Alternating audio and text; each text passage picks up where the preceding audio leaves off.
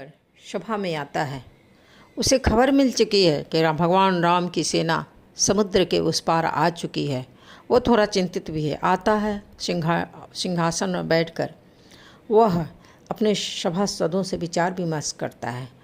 तो चूँकि सभासद उससे डरते हैं तो उसी के अनुकूल जवाब देते हैं।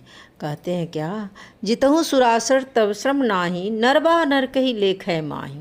देव और देवों को जीतने में तो आपको कोई भी समय ही नहीं लगा, कोई श्रम ही नहीं हुआ, तो ये मनुष्य और वानर किस श्रेणी के हैं।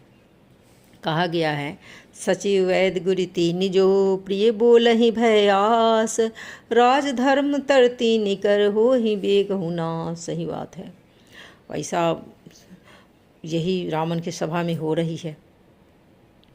तो रावण सभासदों का स्तुति सुन के खुश हो जाता है और आराम से अपने सिंहासन में बैठ जाता है।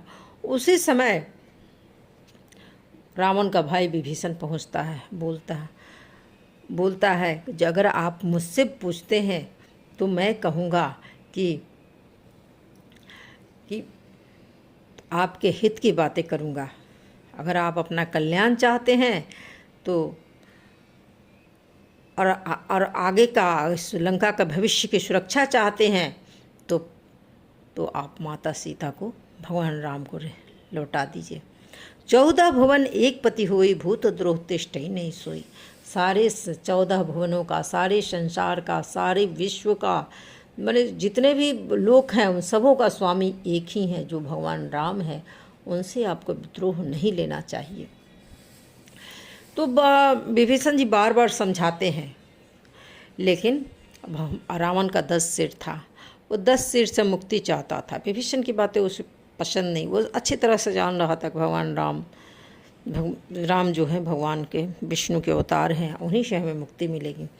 तो अब सोचा कि विभीषण उसके कुल को अपनी रक्षा भी करनी थी। इस दृष्टिकोण से अगर देखा जाए तो राम चाहता था कि मेरे कुल की रक्षा हो। तो सारे तो असुर गति से थे। सारे जो भी थे रावण से के भी जो भी वंशज थे सभी राक्षस प्रवृत्ति के थे। उन सबों में एक विभीषण ही थे जो कि विष्णु के भक्त थे।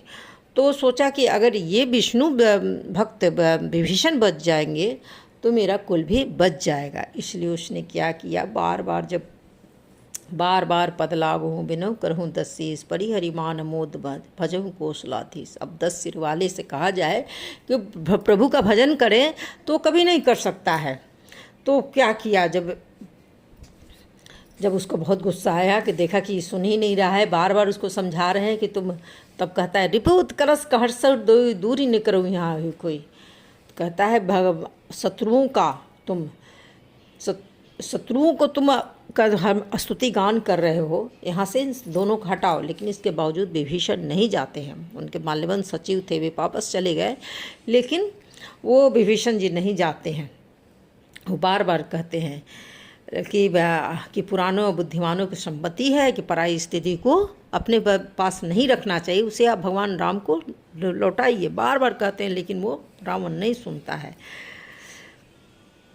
कहता है ममपुर बसी तब सिन पर प्रीति, सठ मिली जाओ इतनहु कहूँ नीति। कहते मेरे लोक में निवास कर रहे हो, मेरे राज्य में रह रहे हो, मेरा खा रहे हो और शत्रुओं का तुम स्तुति गान कर रहे हो। ऐसा कहकर वो लात मार देता है। जब लात मार देता है रावण तो विभीषण को मजबूरी में सभा को छोड़ कर जाना पड़ता है।